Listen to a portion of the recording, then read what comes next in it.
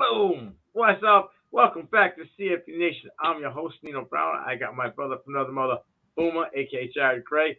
And you know what it is? We're back again. It's P2P. We're again talking about the Sun Belt Conference. Before we get into all that jazz, my guy, how we doing? Hey, I'm good. I know some technical difficulties in the green room, but we are here. We are rolling 2 days this week. Let's get on it. Let's get on it. All right. So what we did, James Madison, and we talked about them a few days ago. This episode, we talked about App State. Last year they were 9-5 overall, 6-2 in the conference. They averaged 33.4 points per game, which is 26 overall, right?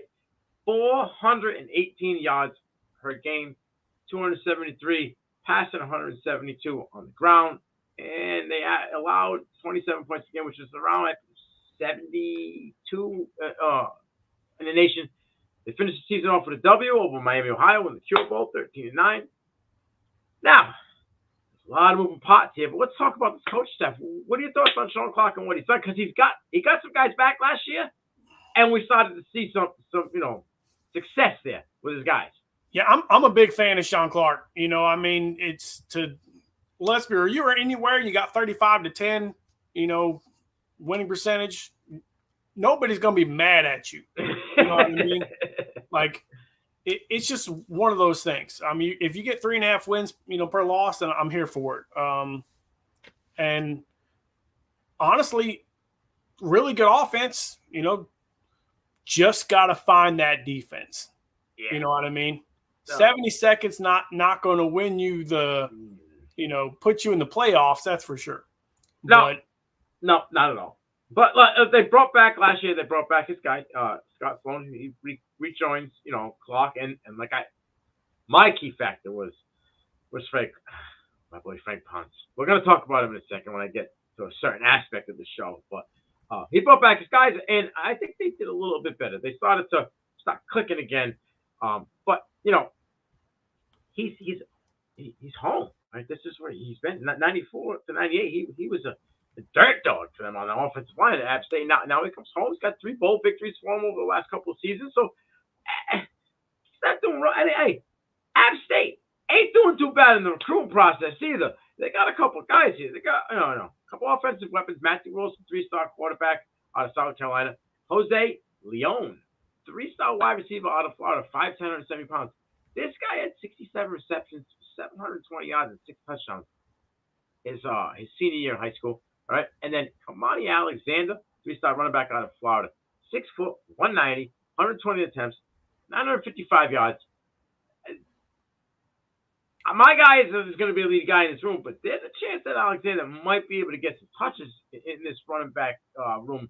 Depends on who falls into second and third spot. And then they got a couple guys on defense that you want to talk about them. Yeah, adding Jackson Bussey, Kendall Farmer, and Cooper. Listen, if you can pull anybody, I don't care what you do, you pull anybody out of Georgia or Florida and bring them to App State, you're doing something, right? Because there's so many good schools in those just 2 states alone that you can be like, hey, how did you get you to App State? Don't get me wrong, I love App State, but they aren't Georgia Tech, Georgia, even when you have to compete with Georgia Southern and Georgia State, in conference to pull these kids, it's tough, not to mention the tons of Florida schools that are there. It's hard to recruit somebody away from Florida because it's so gorgeous in Florida. Like, hey man, going to Central Florida or going to places like that, you just gotta love, the area.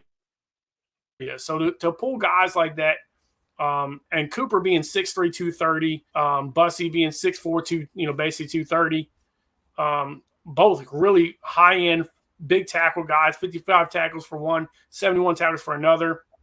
Those are big numbers and what you want of your defensive lineman. And like I said, if they want to get better than 72nd, these are the guys they got to bring in. Absolutely. I mean, Jackson Bussey had 22 tackles for loss his senior season.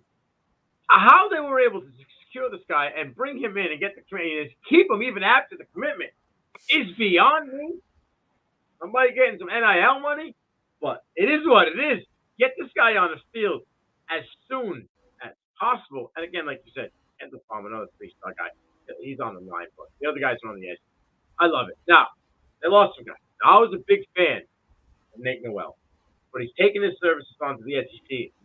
Okay, he accounted for 173 attempts, almost 900 yards, and 5 touchdowns. And that was in limited time because he had a couple games this year, last season, he missed due to injury.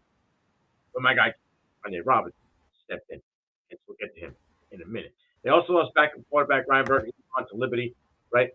Andrew Parker, I'm inspired. He went on the NFL draft, went on the Jacksonville Jaguars. He made up 109 tackles. He was a huge part in that linebacker room. Jaden Lindsay, offensive lineman, he went on to Fresno State. Most of his snaps last year, it won't be a big hit. Most of his snaps last year were on special teams, but he was a depth piece on the line. Diggle Prince, DeAndre Diggle Prince, he moved on to North Carolina A&T. He accounted for 24 tackles, 5.5 sacks. So, I mean, he was, a disruptor in the backfield. They also lost Connor Mann, that punter. He went on to Liberty. And wide receiver, he moved on to FAU. He had 20 receptions, almost 300 yards, and a touchdown. But he was a huge special teams guy. He had almost 600 yards special teams-wise. So he's a guy that is going to be missed. But they brought in some dudes. Talk to me about some of the guys they brought in. You might not be able to talk because you look like you are frozen solid. So I'm going to keep. Oh, he's back. Are you back? No, he's not back. Maybe I don't know what's going on. This thing's going crazy on me right now. All right. Well, I'll get it growing. If you think you're back, you can hop right out. Miles Farmer. They added former Nebraska Husky. He went over to Syracuse last season. Played limited time, had 21 tackles, 11 solo, 4 solo. This kid, I'm talking about a kid that has 44 FBS games between Syracuse and Nebraska.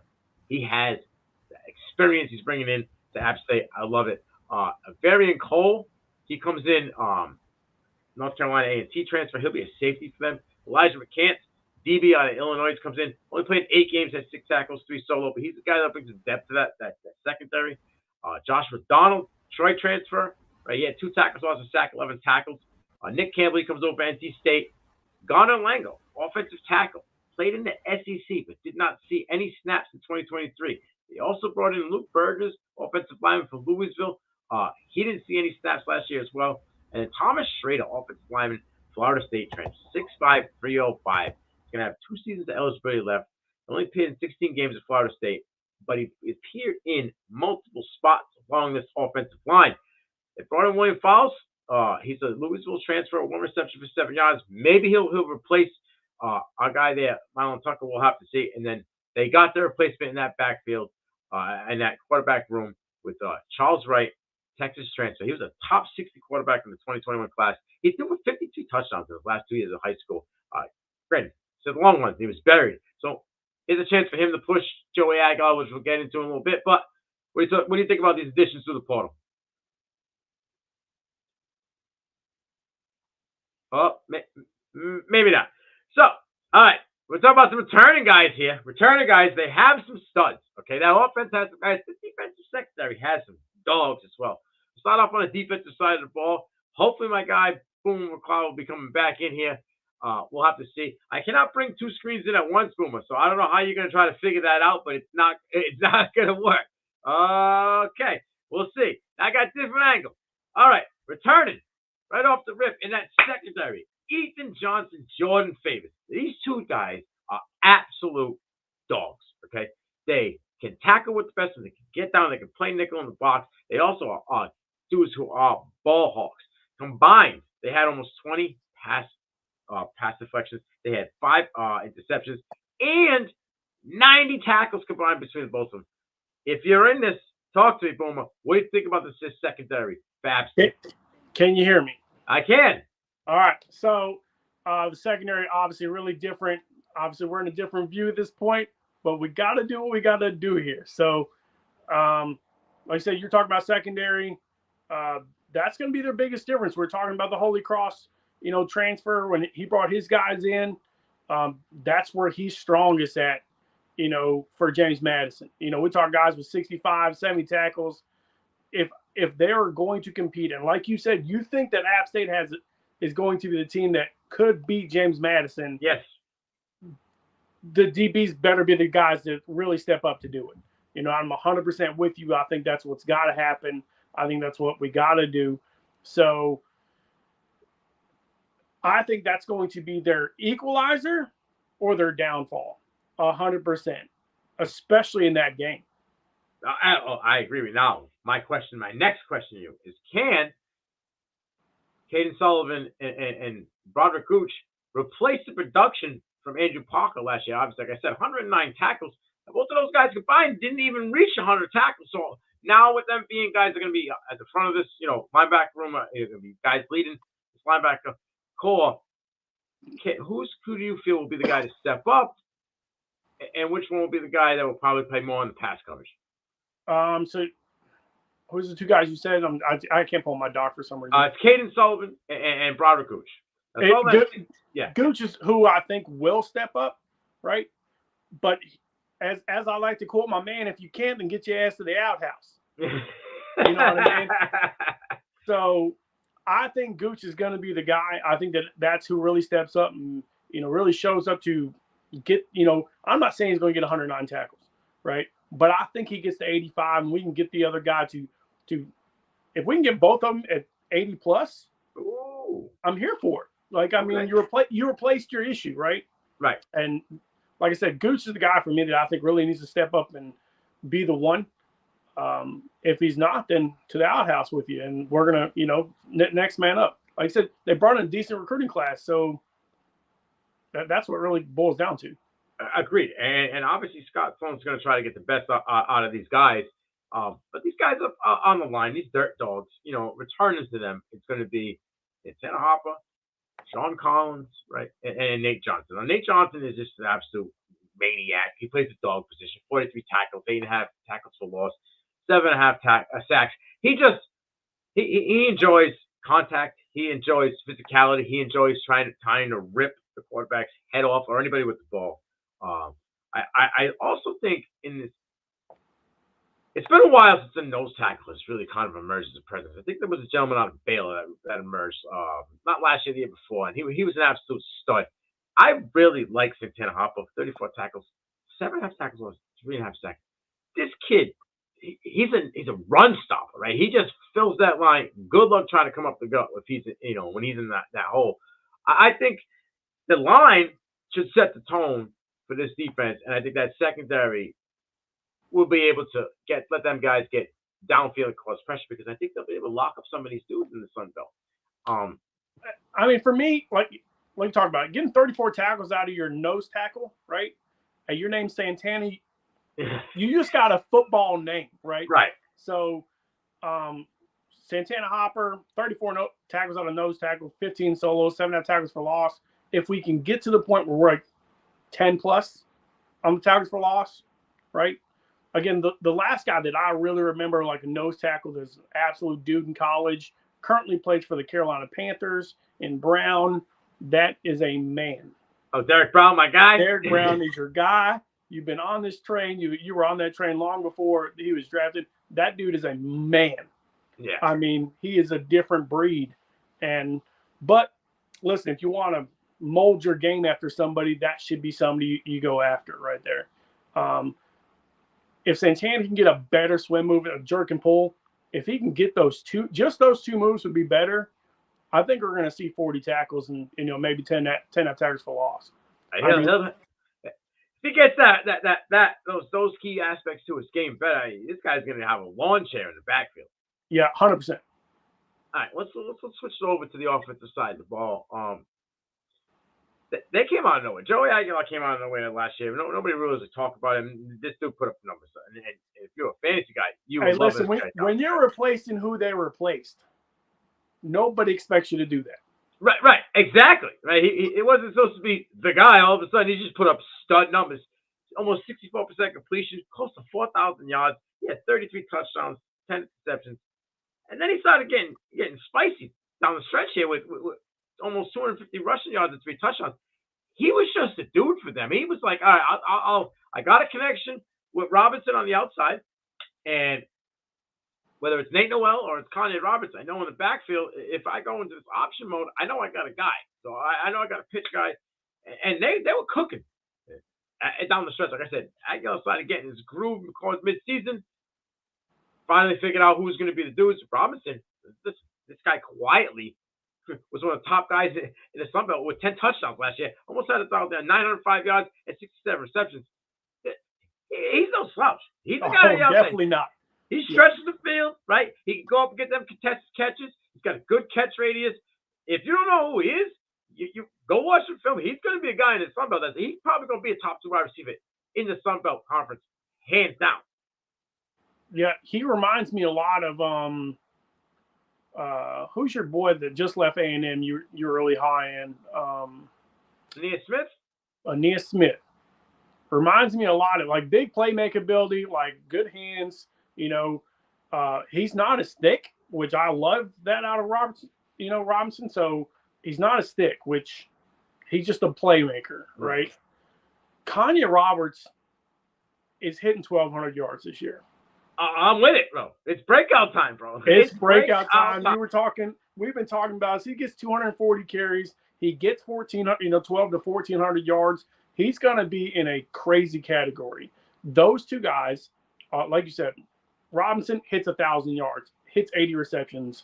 I don't think that's out of the realm of possibility for either one of those guys. Aguilar, I don't know if he's going to run 90 times, right? I don't think he's going to need to. Especially if those guys step up. But again, with Noel leaving, Roberts has to step up. My question is, what's Christian Horn do? He had a really good year considering 36 receptions, 566. That's in your realm of like, this dude takes the top off when you're really looking at numbers. And if we're doubling that and he hits 60 to 70 receptions, he's going to hit 1,100 yards. So then you're saying Aguilar's going over 4K? I do, 100%. Yeah, not even a blink about it. I think we all agree that I think he gets better. I don't think it was a fluke. I don't think in any aspect. I think he's very possible 40 and 10. I like the hot takes. Which is why you were hot on this the other day and you got me on the JMU thing. I really dove into Aguilar like, and you ain't playing with this guy. No, 3,700 yards. It ain't nothing for him at 4,000 to 4,200. I don't think it's any problem.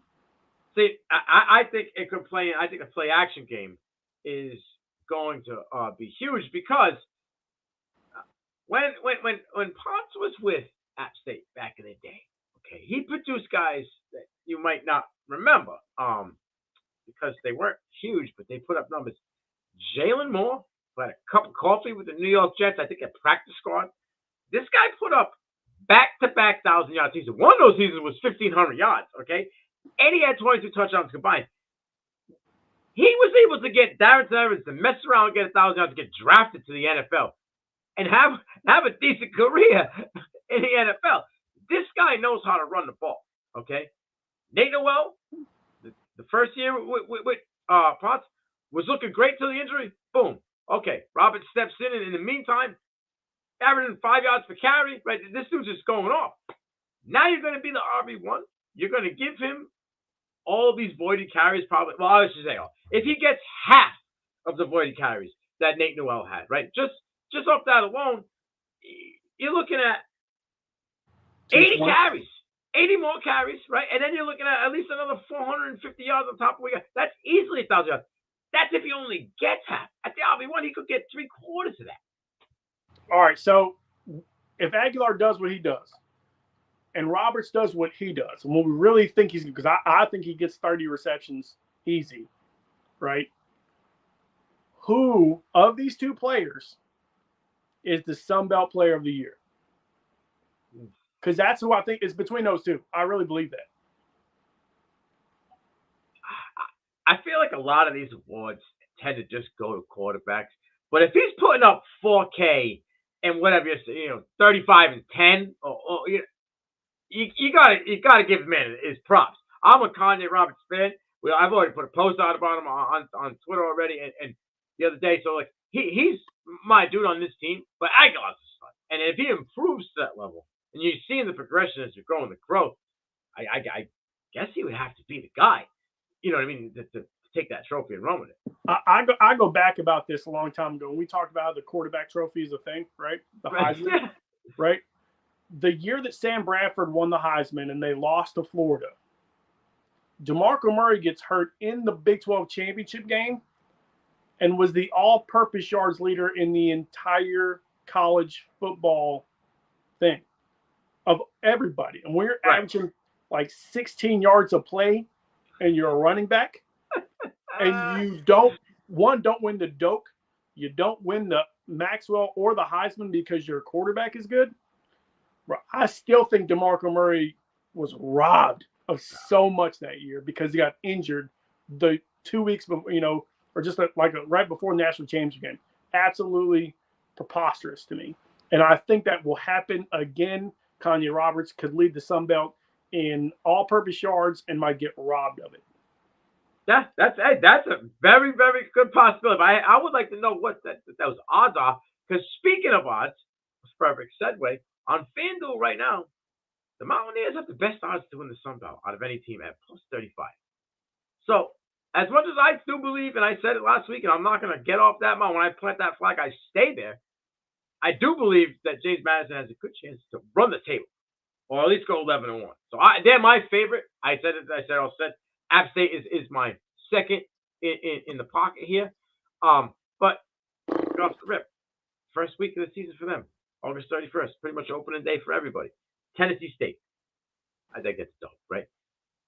At Clemson. This is going to be the flag measure, right? But we've seen them go to North Carolina and catch a W, right? Michigan. Right. And go in there and mess with people's psyche and mess with people's outlook on what they're going to be. Right. I mean, the App State might be the biggest giant killer ever. Absolutely. Do not bet against them. Period. And now you got a quarterback that's got some experience to come after going for 3,500. You know what I'm saying? Like, watch out. And here's the thing: Clemson got a big game week 1. Right. So if they win, this could be a hangover. That's you're on. We're seeing eye to eye, my guy. We're seeing eye to eye here.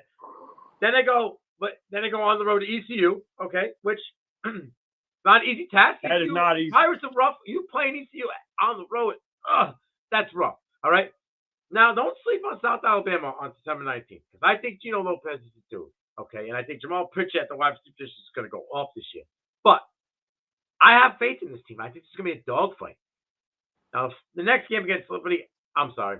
I just think Liberty I think Liberty's a top 25 team. If not, they're on the cusp of being a top 25 team. I don't know if App State is a top 35 team. So I got to go with the powerhouse here. I'm going to take Liberty in this game. At Marshall, I think that's a winnable game for them. At Louisiana Raging Cajuns, that's a winnable game for them. Versus Georgia State, I have faith in Del McGee, okay? But it's year 1, so there's going to be a lot of growing pains in this game. Agreed. I think he's going to keep him in a lot of games, but I think App State, this experienced coaching staff, these seasoned kids that are coming in now that already got a year after putting up some numbers, I think they're going to take this. Now, they got ODU at home, right? I think they take that one as well. ODU's got a good defense. They're probably going to ground and pound you, the whole game. But I think App State, what's to say that App State doesn't go up big on the pass plays? And now it's 14-20 nothing or 20-3. That whole ground and pound and it's snot-nosed defense, you throw that out the window because you're playing from behind the rest of the game. So you can't just grind it out. So I think they can take that game as well. Coastal Carolina, we'll get to them in a couple of days when we'll break them down. I think it might be the next team. But Ethan Vasco's taking over. This is going to be his first shape at offense. He's going to be the first guy, first time calling the plays for them really in that lead role. I think there's a lot of moving parts in that offense and on the defensive side because that secondary got smoked as well.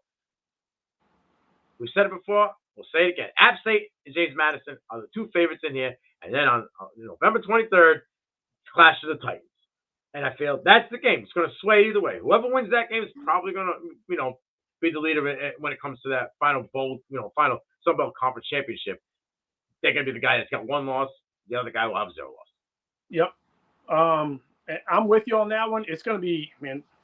We did this the other day. How many losses do you have them? Do they finished 9-5 last year? Do they get better? Stay the same? Worse? Where do you got them? I think there's. I was just going to say, be odd to say, but I think there's only room for improvement with this team. Okay, the losses to additions are almost lateral movements in my eyes, right? Maybe some of these guys didn't get the playing time, but I think talent-wise it's probably right there. I think another year with this coaching staff back together, where they're fine-tuning these game plans that they had last season that had success, I just have a good schedule. God forbid that they beat Clemson. Watch out, because then I think then all the pressure will be on James Madison. Well, I'll take it the other way. If they beat Clemson, then they got a target on their back. But so would James Madison. That's what I'm saying. Like, the way it runs is like that game is going to be – that has to be an ESPN game. Can we get game day? Like, that's a game day game. Oh, yeah, for sure. Please, because that's going to be something special. I think the Mountaineers are real. I think they were real last year. I'm going to clip that when we're done because I truly believe that App State is the giant killer. They have to be. We're going to put that on a poll. What other team goes in and shits in the Cheerios like App State does? Nobody. Right? We can go back, like we said, all the way back to Michigan. But literally, we're just talking 2 years ago, yes. Where A&M and North Carolina, they gave them everything they wanted and then some. Right. That North Carolina game, what was that, 60-something to 60-something? it was wild. Drake May was scurrying. That was a game. Drake May was peeing down his pant leg, in that. Yeah. And App State, you're the third QB off the board. What's going on here? Like, it's crazy how they come in those big games, those P5 games where they're, quote unquote, not supposed to be in a ring with these guys. It's a money game, right? That's what everybody says. But here they are duking it out right there in the ninth round, throwing haymakers. They embarrassed A&M. If you go back and watch the second half of that UNC game with Drake May at the helm, bro, they gave that kid everything, and they rattled his cage. I was impressed by what App State does. I'm impressed every time that they live up to these bigger games where they just come in and they're like, the moment's not too big for us. You put your pants on the same way we put our pants on. Let's go. Put your hands in the mud and let's get this dirty. So if they beat Clemson, you got them at a 12-2? They beat Clemson. I would have them at, let me see, 1, 2, 3, 4, 5, 6, 7, 8, 9, 10, 11. I would have them at 11. Well, that game would decide it. They would go either 12-0 or 11-1. That's the game for me. It's the same way. Like, if Jay Madison loses, there we go. There's the loss. I don't see them, either team, losing to anybody else on this schedule. Like, I think that's the game, and that's it. I think that both offenses. Also, James Madison got ripped down, but what they brought in fits what the coaching staff and scheme is going to be. And these guys are back together. Like I said, my Ponce is a running back machine, underrated. People sneakily don't think about it. But guys that were not big names, weren't big recruits, he produced over 1,000 yards every year that he was their offensive coordinator or running backs coach. When he was there for 5 years, they produced 1,000-yard back. Yeah, so I have them losing to Clemson. I'm with you on the Liberty. I think they're going to have 2 losses going into the JMU game, and I forgot Liberty. So yeah. So it'll be 1 loss going into the JMU game. I think Liberty beats them. I have them at 2 losses. I think that's going to be an absolute phenomenal season for them. A big step up from 9-5. So either way, I'm kind of with you. They could lose the bowl game. They could be one of those teams that just absolutely does what App State does. So you said bowl game. Now here's my question before we close this out, because I'm a pot stirrer. I like to do it. It's playoff this year. The G5 team's going to the dance. Oh, if they go undefeated, they're going. Well, App State's they got a cult following, bro. Oh, absolutely, facts. But why would they have to following. go undefeated? So you're saying that Liberty's going undefeated? I don't think Liberty does actually. So now we got now we're talking. It's going to be that game's going to be huge, right? Because if they beat App State and App State beats James Madison, now you're looking at a possible battle of G5. Well, you're gonna have to give it to Liberty at that point if it's a one-loss, back. But if it was the other way, we'll get to it eventually. But that's what Boise State's waiting, hoping they all eat each other alive. Absolutely. There's plenty of teams in the G5, but I've only heard Boise and Liberty. Those are the only two teams I hear everybody talking about. Nobody talking about James Madison. Nobody talking about App State. These dudes could mess around and get themselves in the college football playoff. Absolutely crazy. Boomer, it was a pleasure. And as always, take us away. Until next time, let's go.